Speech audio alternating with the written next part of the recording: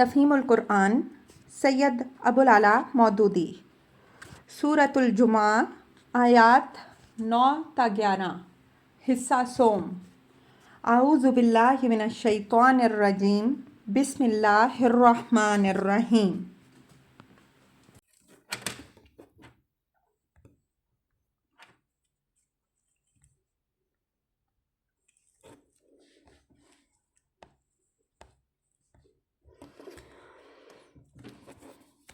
وَإِذَا رَأَوْا تِجَارَةً أَوْ لَهْوًا انفَضُّوا إِلَيْهَا، اور جب انہوں نے تجارت اور کھیل تماشا ہوتے دیکھا تو اس کی طرف لپک گئے۔ وَتَرَكُوكَ قَائِمًا، اور تمہیں کھڑا چھوڑ دیا۔ تفسیر: یہ ہے وہ واقعہ جس کی وجہ سے اوپر کی آیات میں جمعہ کے احکام ارشاد فرمائے گئے ہیں۔ اس کا قصہ جو کتب حدیث میں حضرت جابر بن عبداللہ رضی اللہ عنہ، حضرت عبداللہ بن عباس رضی اللہ عنہ، حضرت ابو ہریرہ رضی اللہ عنہ، حضرت ابو مالک اور حضرات حسن بصری، ابن زید، قتادہ اور مقاتل بن حیان سے منقول ہوا ہے۔ یہ ہے کہ مدینہ طیبہ میں شام سے ایک تجارتی قافلہ عین نماز جمعہ کے وقت آیا اور اس نے ڈھول تاشے بجانے شروع کیے تاکہ بستی کے لوگوں کو اس کی آمد کی اطلاع ہو جائے۔ رسول اللہ صلی اللہ علیہ وآلہ وسلم اس وقت خطبہ ارشاد فرما رہے تھے۔ ڈھول تاشوں کی آوازیں سن کر لوگ بے چین ہو گئے اور 12 آدمیوں کے سوا باقی سب بقیع کی طرف دوڑ گئے جہاں قافلہ اترا ہوا تھا۔ اس قصے کی روایات میں سب سے زیادہ معتبر روایت حضرت جابر بن عبداللہ رضی اللہ عنہ کی ہے، جسے امام احمد، بخاری، مسلم، ترمذی، ابو عوانہ، عبد بن حمید، ابو الیعلا وغیرہم نے متعدد سندوں سے نقل کیا ہے۔ اس میں اضطراب صرف یہ ہے کہ کسی روایت میں بیان کیا گیا ہے کہ یہ واقعہ نماز کی حالت میں پیش آیا، اور کسی میں یہ ہے کہ یہ اس وقت پیش آیا جب حضور صلی اللہ علیہ وآلہ وسلم خطبہ دے رہے تھے۔ لیکن حضرت جابر بن عبداللہ رضی اللہ عنہ اور دوسرے صحابہ رضی اللہ عنہم اجمعین اور تابعین رحمہم اللہ کی تمام روایات کو جمع کرنے سے صحیح بات یہ معلوم ہوتی ہے کہ یہ دوران خطبہ کا واقعہ ہے، اور حضرت جابر رضی اللہ عنہ نے جہاں یہ کہا کہ یہ نماز جمعہ کے دوران میں پیش آیا، وہاں دراصل انہوں نے خطبے اور نماز کے مجموعے پر نماز جمعہ کا اطلاق کیا ہے۔ حضرت عبداللہ بن عباس رضی اللہ عنہ کی روایت کا بیان ہے کہ اس وقت 12 مردوں کے ساتھ 7 عورتیں باقی رہ گئیں۔ قتادہ رحمہ اللہ کا بیان ہے 12 مردوں کے ساتھ ایک عورت تھی۔ دارالقطنی کی روایت میں 40 افراد اور عبد بن حمید کی روایت میں 7 نفر بیان کیے گئے ہیں، اور فرا نے 8 نفر لکھے ہیں، لیکن یہ سب ضعیف روایات ہیں۔ اور قتادہ کی یہ روایت بھی ضعیف ہے کہ اس طرح کا واقعہ 3 مرتبہ پیش آیا۔ معتبر روایت حضرت جابر بن عبداللہ رضی اللہ عنہ کی ہے، جس میں باقی رہ جانے والوں کی تعداد 12 بتائی گئی ہے، اور قتادہ کی ایک روایت کے سوا باقی تمام صحابہ رضی اللہ عنہم اجمعین اور تابعین رحمہم اللہ کی روایات اس پر متفق ہیں کہ یہ واقعہ صرف ایک مرتبہ پیش آیا۔ باقی رہ جانے والوں کے متعلق مختلف روایات کو جمع کرنے سے معلوم ہوتا ہے کہ ان میں حضرت ابو بکر رضی اللہ عنہ، حضرت عمر رضی اللہ عنہ، حضرت عثمان رضی اللہ عنہ، حضرت علی رضی اللہ عنہ، حضرت عبداللہ بن مسعود رضی اللہ عنہ، حضرت عمار بن یاسر رضی اللہ عنہ، حضرت سالم مولا حذیفہ رضی اللہ عنہ اور حضرت جابر بن عبداللہ رضی اللہ عنہ شامل تھے۔ حافظ ابو یعلا نے حضرت جابر بن عبداللہ رضی اللہ عنہ کی جو روایت نقل کی ہے، اس میں بیان کیا گیا ہے کہ جب لوگ اس طرح نکل کر چلے گئے اور صرف 12 اصحاب باقی رہ گئے تو ان کو خطاب کر کے حضور صلی اللہ علیہ وآلہ وسلم نے فرمایا، اگر تم سب چلے جاتے اور ایک بھی باقی نہ رہتا تو یہ وادی آگ سے بہہ نکلتی۔ اسی سے ملتا جلتا مضمون ابن مردودیہ نے حضرت عبداللہ بن عباس رضی اللہ عنہ اور ابن جریر نے قتادہ سے نقل کیا ہے۔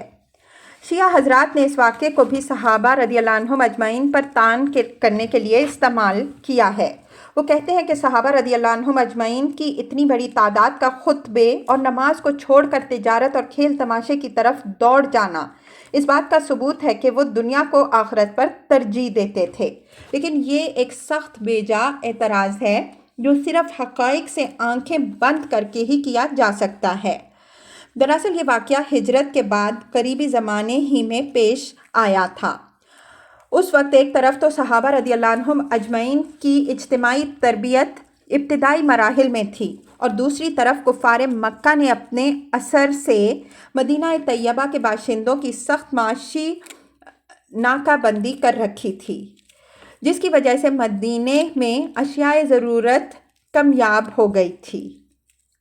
حضرت حسن بصری رضی اللہ عنہ فرماتے ہیں کہ اس وقت مدینہ میں لوگ بھوکوں مر رہے تھے اور قیمتیں بہت چڑھی ہوئی تھیں۔ اس حالت میں جب ایک تجارتی قافلہ آیا تو لوگ اس اندیشے سے کہ کہیں ہمارے نماز سے فارغ ہوتے ہوتے سامان فروخت نہ ہو جائے، گھبرا کر اس کی طرف دوڑ گئے۔ یہ ایک ایسی کمزوری اور غلطی تھی جو اس وقت اچانک تربیت کی کمی اور حالات کی سختی کے باعث سے رونما ہو گئی تھی۔ لیکن جو شخص بھی ان صحابہ رضی اللہ عنہم اجمعین کی وہ قربانیاں دیکھے گا جو اس کے بعد انہوں نے اسلام کے لیے کیں، اور یہ دیکھے گا کہ عبادات اور معاملات میں ان کی زندگیاں کیسے زبردست تقویٰ کی شہادت دیتی ہیں، وہ ہرگز یہ الزام رکھنے کی جرت نہ کر سکے گا کہ ان کے اندر دنیا کو آخرت پر ترجیح دینے کا کوئی مرض پایا جاتا تھا، الا یہ کہ اس کے اپنے دل میں صحابہ رضی اللہ عنہم اجمعین سے بغض کا مرض پایا جاتا ہو۔ تاہم یہ واقعہ جس طرح صحابہ رضی اللہ عنہم اجمعین کے معترضین کی تائید نہیں کرتا، اسی طرح ان لوگوں کے خیالات کی بھی تائید نہیں کرتا جو صحابہ رضی اللہ عنہم اجمعین کے عقیدت میں غلو کر کے اس طرح کے دعوے کرتے ہیں کہ ان سے کبھی کوئی غلطی سرزد نہیں ہوئی، یا ہوئی بھی ہو تو اس کا ذکر نہیں کرنا چاہیے، کیونکہ ان کی غلطی کا ذکر کرنا اور اسے غلطی کہنا ان کی توہین ہے، اور اس سے ان کی عزت اور وقت دلوں میں باقی نہیں رہتی، اور اس کا ذکر ان آیات و احادیث کے خلاف ہے جن میں صحابہ رضی اللہ عنہم اجمعین کے مغفور اور مقبول بارگاہ الہی ہونے کی تصریح کی گئی ہے۔ یہ ساری باتیں سراسر مبالغہ ہیں جن کے لیے قرآن و حدیث میں کوئی سند موجود نہیں ہے۔ یہاں ہر شخص دیکھ سکتا ہے کہ اللہ تعالیٰ نے خود اس غلطی کا ذکر کیا ہے جو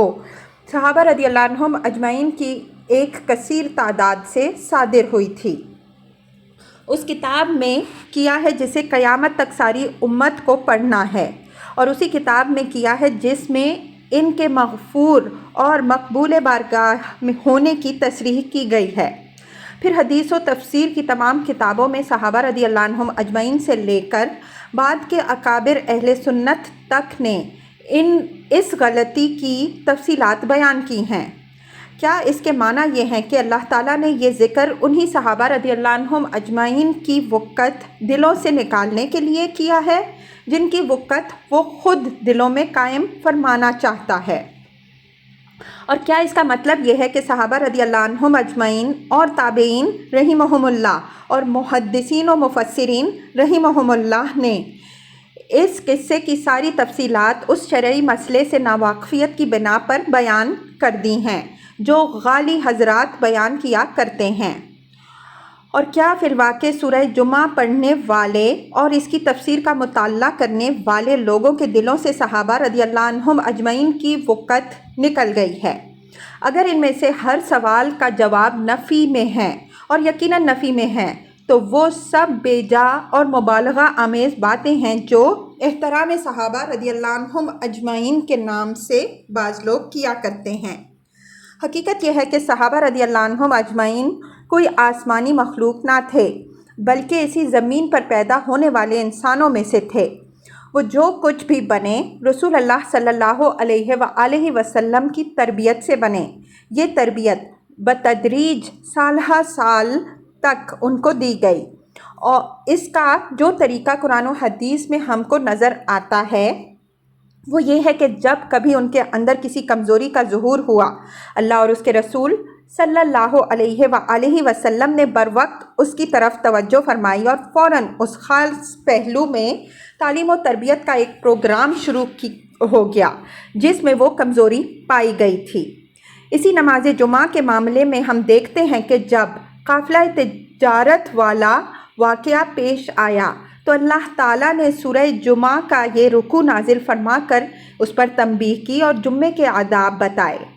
پھر اس کے ساتھ ہی رسول اللہ صلی اللہ علیہ وآلہ وسلم نے مسلسل اپنے خطبات مبارکہ میں فرضیت جمعہ کی اہمیت لوگوں کے ذہن نشین فرمائی، جس کا ذکر ہم حاشیہ 15 میں کر آئے ہیں، اور تفصیل کے ساتھ ان آداب جمعہ کی تعلیم دی۔ چنانچہ احادیث میں یہ ساری ہدایات ہم کو بڑی واضح صورت میں ملتی ہیں۔ حضرت ابو سعید خدری رضی اللہ عنہ کا بیان ہے کہ حضور صلی اللہ علیہ وآلہ وسلم نے فرمایا، ہر مسلمان کو جمعے کے روز غسل کرنا چاہیے، دانت صاف کرنے چاہیے، جو اچھے کپڑے اس کو میسر ہوں پہننے چاہیے، اور اگر خوشبو میسر ہو تو لگانی چاہیے۔ حضرت سلمان فارسی رضی اللہ عنہ کہتے ہیں کہ حضور صلی اللہ علیہ وآلہ وسلم نے فرمایا، جو مسلمان جمعے کے روز غسل کرے اور حتی الامکان زیادہ سے زیادہ اپنے آپ کو پاک صاف کرے، سر میں تیل لگائے یا جو خوشبو گھر میں موجود ہو لگائے، پھر مسجد جائے اور 2 آدمیوں کو ہٹا کر ان کے بیچ میں نہ گھسے، پھر جتنی کچھ اللہ توفیق دے اتنی نماز یعنی نفل پڑھے، پھر جب امام بولے تو خاموش رہے، اس کے قصور ایک جمعے سے دوسرے جمعے تک معاف ہو جائیں گے۔ قریب اسی مضمون کی روایات حضرت ابو ایوب انصاری رضی اللہ عنہ، حضرت ابو ہریرہ رضی اللہ عنہ، حضرت نبیشہ الحزلی رضی اللہ عنہ نے حضور صلی اللہ علیہ وآلہ وسلم سے نقل کی ہیں۔ حضرت عبداللہ بن عباس رضی اللہ عنہ کہتے ہیں کہ حضور صلی اللہ علیہ وآلہ وسلم نے فرمایا، جب امام خطبہ دے رہا ہو اس وقت جو شخص بات کرے وہ اس گدھے کے مانند ہے جس پر کتابیں لدی ہوئی ہوں، اور جو شخص اسے کہے چپ رہ، اس کا بھی کوئی جمعہ نہیں ہوا۔ حضرت ابو ہریرہ رضی اللہ عنہ کا بیان ہے کہ حضور صلی اللہ علیہ وآلہ وسلم نے فرمایا،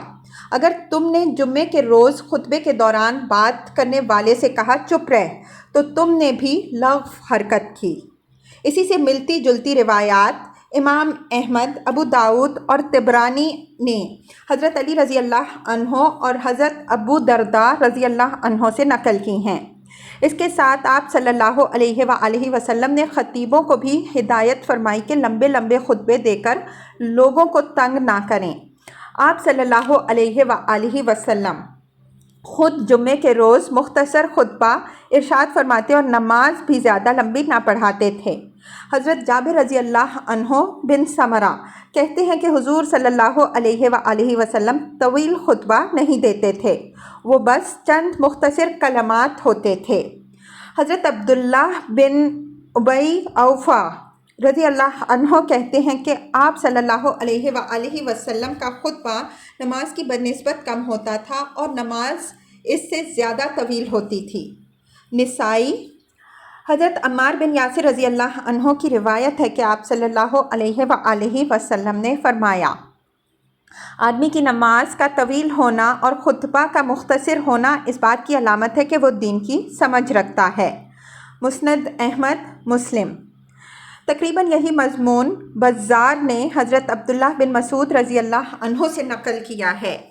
ان باتوں سے اندازہ ہوتا ہے کہ حضور صلی اللہ علیہ وآلہ وسلم نے کس طرح لوگوں کو جمعے کے آداب سکھائے، یہاں تک کہ اس نماز کی وہ شان قائم ہوئی جس کی نظیر دنیا کی کسی قوم کی اجتماعی عبادت میں نہیں پائی جاتی۔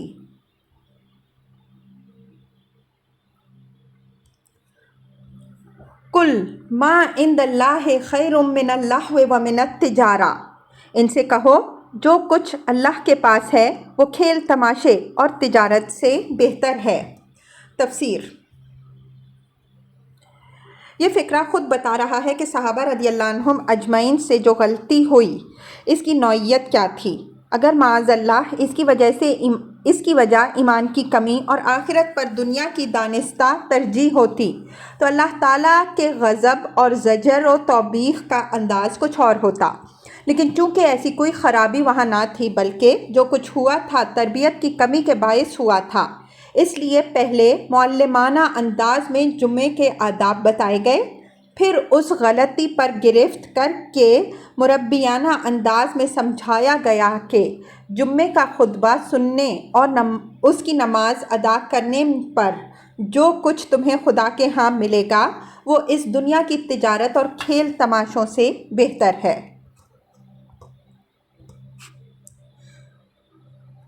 واللہ خیر الرازقین، اور اللہ سب سے بہتر رزق دینے والا ہے۔ تفسیر،